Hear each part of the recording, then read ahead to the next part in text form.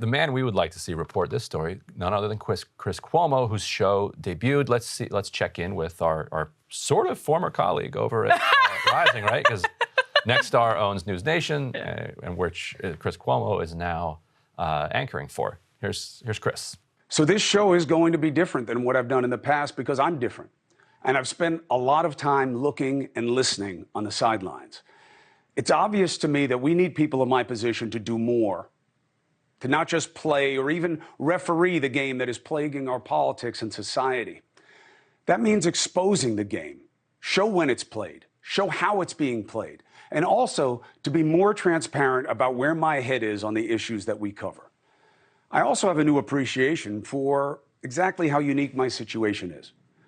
Most people in my business know politics from the outside. I know it from the inside. No, Chris, everyone is begging you to do less. Like, nobody wants people in your position to do more. And if that's how you're reading public opinion, it is a great glimpse at exactly how obtuse and disconnected from reality you are. I thought that, and News Nation is a cable channel. It exists. Yeah, we've both been on it. It has a channel, and its ratings, though, so far have been, utterly abysmal. The equivalent of kind of the cat like accidentally stepping on the remote and winding up at that channel. Although that's not terribly far from where like MSNBC is and CNN is right now too. in certain demos for sure. I thought though that they have the right initial diagnosis of the problem with the media, which is that nobody trusts cable news. I think they're right about that. Their answer though was that they're going to be the one you trust. Like they're going to be kind of centrist or center right. They're gonna tell you where they are. They're gonna be as transparent as possible, and they're not going to use the term fair and balanced because that's gone. But that's the kind of ethos that they're going for. They're going to be fair and balanced, and I just don't think there's an audience that believes that. Like I think the right hears you say that, and they code that as liberal. And I think the liberals already have MSNBC and to a lesser degree now CNN. Mm-hmm. So who's the audience here? I think that the right kind of treatment for what they've diagnosed accurately is something more like this, where you're not telling somebody, just trust me, I'm giving you the truth.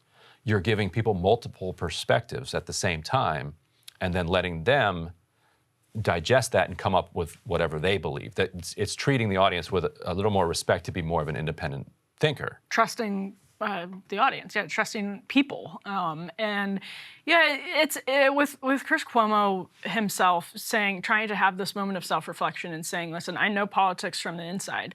And that's part of the issue, right? Like he said, I have new appreciation. He's spinning what is actually that he was lying and misrepresenting his involvement in a story that he covered for months, a pandemic that has killed over 1 million people in this country. He was lying and misrepresenting his relationship with a very powerful politician, his brother, who happened to be overseeing policy that was literally a matter of life and death. And I think for any news network to hire Chris Cuomo is really shameful. I really think that's the case. And I remember actually, Ryan, this was a day when we were at Rising. We played a clip of an interview that Chris Cuomo did on News Nation, which again is owned by Nexstar, which is the company that owns The Hill and Rising. And I remember watching it and thinking in my head, oh my gosh, they're going to hire him, aren't they? And I'm so dense, it never even occurred to me.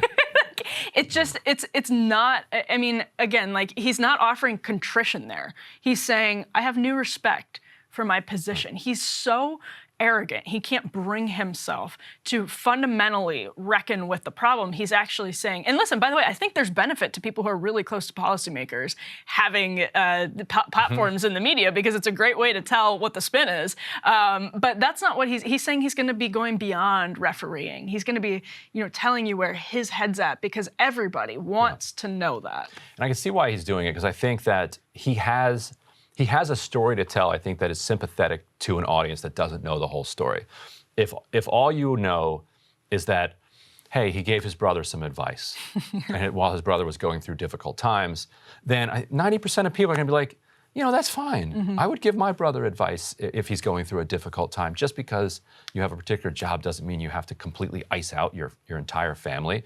But it's so far beyond. It went so far beyond that. So I think what he's trying to do is reframe what his crime, what his sin was, as being too close to politics, being too inside, just giving his brother some good advice as he was going through a scandal, and that what he's going to do is he's going to turn that to the viewer's advantage, and share all of his insights transparently with people in real time.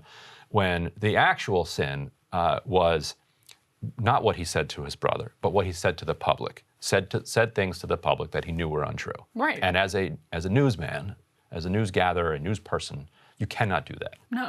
No, you can't. And whether or not it's your brother, I mean, we don't know if that stops with it just being his brother, because this is the one thing that we've really gotten insight into. But this is basically how media works. And I think the more the audience learns about how the media works in New York and DC, the more they understand that there's really no trust left to be had. And I agree, there's a huge audience for things exactly like Breaking Point's for that purpose. It's that, like, trust the audience, say what your opinion is as somebody on the left, somebody on the right. Trust the audience to kind of, compare and contrast, and come. Maybe they agree with you, maybe they don't. But I do also think there's an audience for like the version of wire reports that used to be something like CNN, because people did like that a lot, and I think that's what the new head of CNN, Chris Licht, is trying to go for. I think he has research for the most part that likely suggests that's the case. I just don't know that it can actually fundamentally be done anymore. And the Katie Halper case study we talked about last week, which is also a Nexstar story because it happened at a Hill property and went to the very top. We know that it went to Nexstar, and that Nexstar is the one that basically pulled the plug on Katie's Rising appearances. And hiring Chris Cuomo are two really good examples as somebody, as a network that's trying to be both entertaining and informative in 2022, that is trying to do the sort of fair and balanced, right down the middle approach to news gathering. It's almost impossible. It's almost impossible, and almost every experiment is doomed to fail. So it's probably better to err on the side of honesty anyway. Right, trust us. We're going to be transparent. Just definitely not on Israel. Yeah. Which they didn't really even just say it. And by the way, some of us, like, we were really good friends with the governor.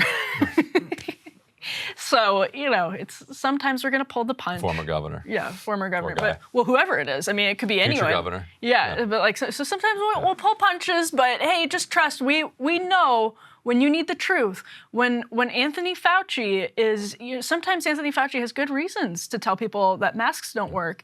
And when you're ready to hear the truth, we'll let him give it to you. Cable news is ripping us apart, dividing the country, making it impossible to function as a society, and making it impossible to know just what is true and what is false.